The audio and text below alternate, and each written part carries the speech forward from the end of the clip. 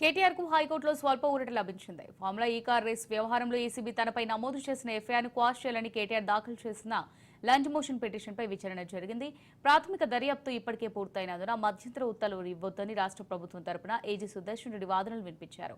కేటీఆర్ తరపున సుప్రీంకోర్టు న్యాయవాది సుందరం ప్రభాకర్ రావు, గండ్ర మోహన్ రావు వాదనలు వినిపించారు. అవినీతి నిరోధక చట్టం కింద పెట్టిన సెక్షన్లు ఈ కేసుకు వర్తించవని ఎఫ్ఐఆర్ను క్వాష్ చేయాలని కోరారు.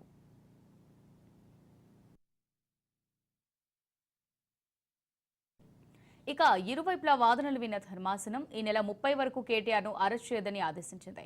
కేటీఆర్పై ఏసీబీ నమోదు చేసిన కేసులో దర్యాప్తు కొనసాగించవచ్చని స్పష్టం చేసింది. 10 రోజుల్లో కౌంటర్ దాఖలు చేయాలని ప్రభుత్వాన్ని ఆదేశిస్తూ తదుపరి విచారణను ధర్మాసనం ఈ నెల 27కు వాయిదా వేసింది.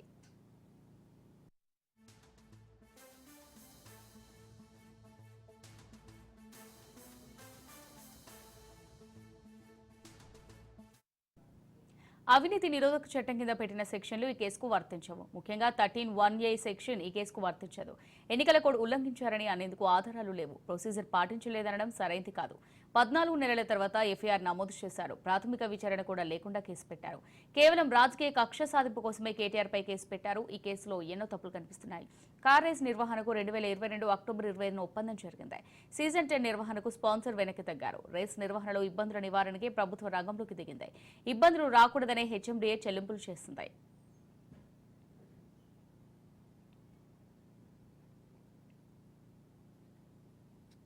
సైడ్ నుంచి ఏజీ గారు వాదన చేయడం జరిగింది. ఇక్కడ నుంచి సీనియర్ కౌన్సిల్ కేటీఆర్ గారి తరపు నుంచి కూడా అడ్వకేట్ సీనియర్ కౌన్సిల్ వాదన చేయడం జరిగింది. 2 వారాలు విన్న తర్వాత గౌరవ కోర్టు కూడా ఈరోజు ఒక 1 వీక్ వరకు కేటీఆర్ గారిని అరెస్ట్ చేయొద్దని చెప్పేసి ఈరోజు ఆర్డర్ ఇవ్వడం జరిగింది. ముఖ్యంగా ఏంటంటే కేసు యొక్క పూర్వఫలం మొత్తం విన్న తర్వాత గౌరవ కోర్టు ఈరోజు ఆర్డర్ ఇవ్వడం జరిగింది.